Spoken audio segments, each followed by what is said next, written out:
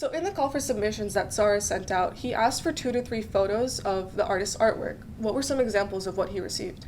So similar to the artist's self-portraits, the range of photos of artwork were really vast. So there were some similarities, there were some differences in what the artists sent and how they approached this instruction. So some artists were very straightforward in their responses, and they photographed, or they hired a studio photographer to photograph for them work that was in their studio.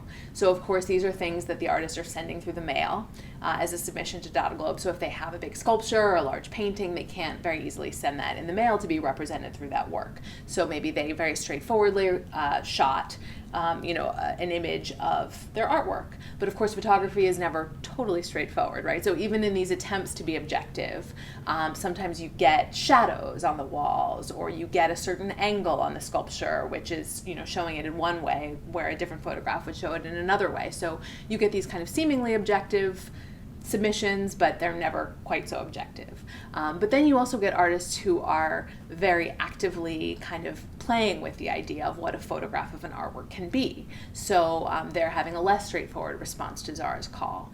And one example is the artist Max Ernst creates a work called The Chinese Nightingale, and he calls it a photograph of a sculpture. But it's actually not at all a photograph of a sculpture, it's a collage. And he knows, because this is going to be reproduced in a book, that when it's reproduced, it will appear, the way that he's constructed the collage, it will look like a sculpture that he's laid in the grass, and that will look like a sculpture that was photographed, but it's actually a collage. So the artists are really thinking about that instruction and playing with it and turning it on its head.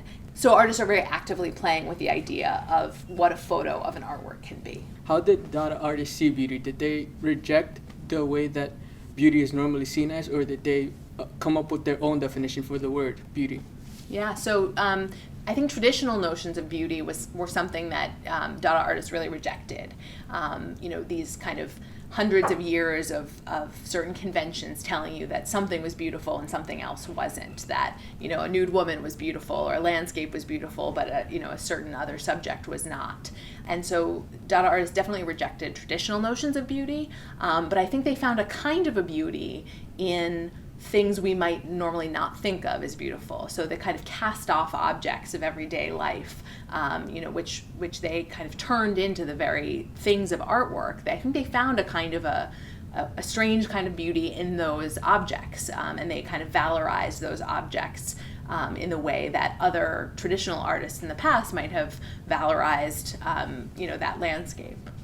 What were some of the ways that artists played around with the call for submissions letter when it came to the photos? When you think about a photograph of an artwork, that seems like it would be a very straightforward thing, that an artist would kind of take a picture of an artwork and there it is. And some of them are indeed relatively objective.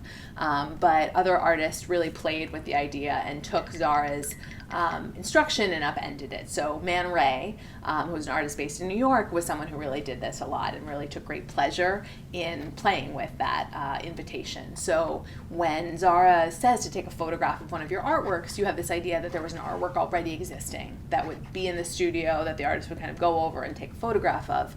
But Man Ray, for example, created artworks specifically for photography. So he would take objects in his studio, in his photographic darkroom, reflectors and the clothespins that would be used to hang negatives from a line, and he would take these objects and create a kind of ready-made assemblage, a kind of a would-be sculpture, and photograph it in a certain way to memorialize it, and that would be the Dadaglobe submission. But then after that photograph was taken, the sculpture would be taken apart. So it wasn't really a permanent sculpture or a traditional sculpture, it was a sculpture created for the camera.